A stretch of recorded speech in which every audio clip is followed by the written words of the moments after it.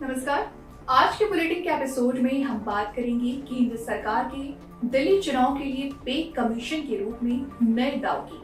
फिर बात करेंगे सैफ अली खान पर हुए हमले की और फिर समझेंगे कि इजराइल और हमास युद्ध विराम भारत के लिए कितना महत्वपूर्ण है। अब खबर विस्तार से। साल 2024 के दिसंबर में संसद के शीतकालीन सत्र के दौरान केंद्र सरकार से सवाल पूछा गया था कि क्या बजट से पहले 8वें वेतन आयोग की घोषणा हो सकती है। तब सरकार ने लिखित में जवाब दिया, नहीं। इस जवाब के एक महीने बाद और दिल्ली विधानसभा चुनाव के बंदकारी प्रचार के बीच केंद्र सरकार ने 8वें वेतन आयोग की गठन की घोषणा की है। ये फैसला गुरुवार पीएम नरेंद्र मोदी की अध्यक्षता में हुई कैबिनेट की बैठक में लिया गया। 8वें वेतन आयोग के दायरे में 50 लाख केंद्रीय कर्मचारी और लगभग 65 लाख पेंशन धारक आएंगे। दिल्ली के चुनावों पर इसका गहरा असर माना जा रहा है। केंद्रीय सूचना और प्रसारण मंत्री अश्विनी वैष्णव का कहना है कि आयोग के चेयरमैन और 2 सदस्य जल्द ही नियुक्त किए जाएंगे। आयोग के गठन की घोषणा पर अश्विनी वैष्णव ने कहा कि 2025 में नए वेतन आयोग के गठन की घोषणा पर ये सुनिश्चित करेगी कि 7वें वेतन आयोग का कार्यकाल पूरा होने से पहले इसकी सिफारिशें मिल जाए। साल 2016 में केंद्र सरकार ने 7वें वेतन आयोग की सिफारिशों को लागू किया था। इसका कार्यकाल दिसंबर 2025 में खत्म हो रहा है। प्रधानमंत्री नरेंद्र मोदी ने एक्स पर पोस्ट करते हुए लिखा है, हम सभी को उन सभी सरकारी कर्मचारियों के प्रयासों पर गर्व है जो एक विकसित भारत के निर्माण के लिए काम करते हैं। 8वें वेतन आयोग पर कैबिनेट के फैसले से जीवन की गुणवत्ता में सुधार होगा और उपभोग को बढ़ावा मिलेगा। वेतन आयोग एक ऐसी व्यवस्था है जो केंद्र सरकार के लाखों कर्मचारियों के वेतन भत्ते और लाभों को तय करने में अहम भूमिका निभाती है। ये आयोग एक अंतराल पर मौजूदा आर्थिक परिस्थितियों पर आकलन करता है। इसके बाद सरकारी कर्मचारियों के लिए सैलरी में उचित संशोधन की सिफारिश करता है।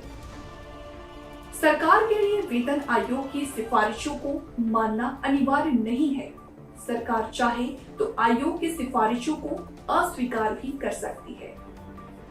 वेतन आयोग वित्त मंत्रालय के अंतर्गत काम करता है।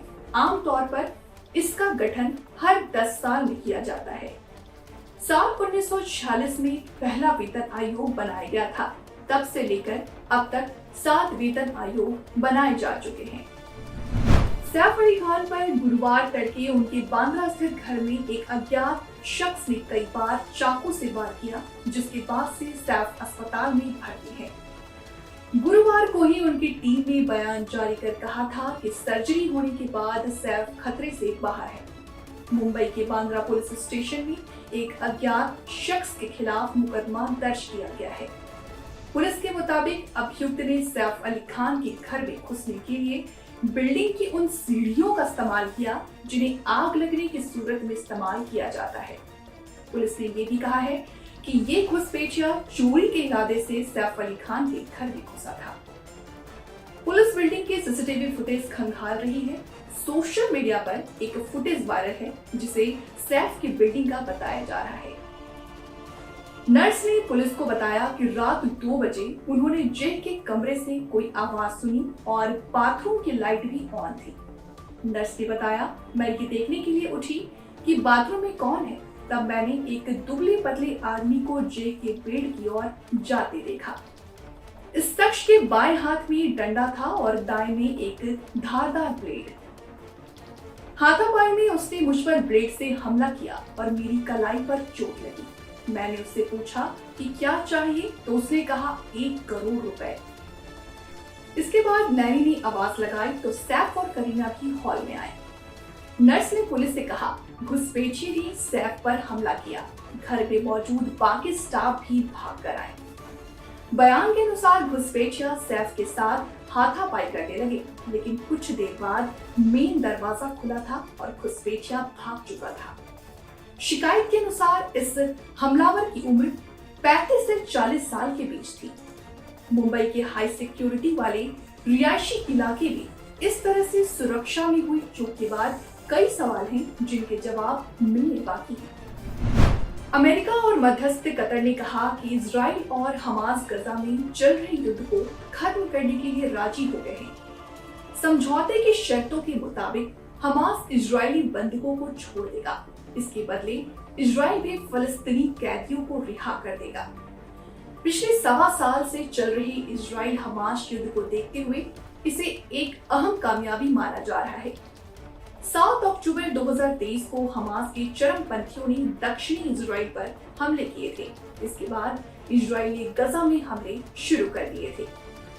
हमास के अंतर्गत स्वास्थ्य मंत्रालय के मुताबिक इजरायली हमलों में अब तक 46,700 लोगों की मौत हो चुकी है। इनमें से अधिकतर नागरिक हैं। जब से ये युद्ध शुरू हुआ तब से न सिर्फ मध्य पूर्व में अस्थिरता फैली है बल्कि इससे पूरी दुनिया प्रभावित हुई है। भारत ही इससे अछूता नहीं है। यही वजह है कि भारतीय विदेश मंत्रालय ने गजा में सीज फायर और बंधकों की रिहाई के लिए हुए समझौते का स्वागत किया है।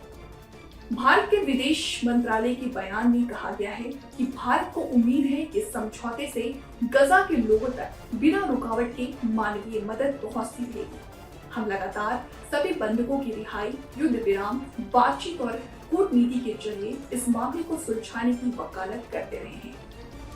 इजराइल और हमास के बीच समझौते से भारत को भी कई मोर्चे पर राहत मिल सकती है।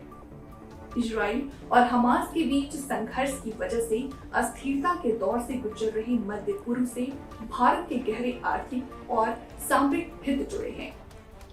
इजराइल और हमास के बीच अब तक चले आ रहे युद्ध ने भारत के हितों को भी प्रभावित किया है और अब युद्ध विराम से उम्मीद है कि जल्द राहत मिलेगी। अमेरिका और चीन के बाद भारत कच्चे तेल का तीसरा बड़ा आयातक देश है। भारत अपनी तेल जरूरत का 85% आयात से पूरा करता है। यूक्रेन पर हमले के बाद भारत ने रूस से तेल का आयात काफी बढ़ा दिया था, लेकिन अभी भी इसके तेल आयात में मध्य पूर्व के देशों की बड़ी हिस्सेदारी है। साल 2024 के अप्रैल महीने में जब इजराइल ने ईरान पर हमला किया था तो कच्चे तेल के दाम में अचानक तेजी आ गई थी और ये $90 प्रति बैरल तक पहुंच गया था। इसी तरह जब 13 जनवरी 2025 को अमेरिका के बाइडेन प्रशासन ने रूस पर नए प्रतिबंध लगाए तो भी तेल के दाम एक बार फिर बढ़ गए। अगर मध्य पूर्व में अशांति बढ़ती है तो भारत का आयात बिल बढ़ता जाएगा। महंगा तेल भारत में उत्पादन लागत बढ़ाएगा। जाहिर है इससे महंगाई पर काबू करने की भारत की कोशिश को झटका लगेगा। इजराइल और हमास के बीच संघर्ष विराम से निश्चित तौर पर मध्य पूर्व में स्थिरता आएगी और तेल आयात के मोर्चे पर भारत को राहत मिलेगी। फिलहाल इस बुलेटिन में इतना ही। जल्द हाजिर होंगे एक नई बुलेटिन के साथ। तब तक के लिए मुझे दीजिए इजाजत। नमस्कार।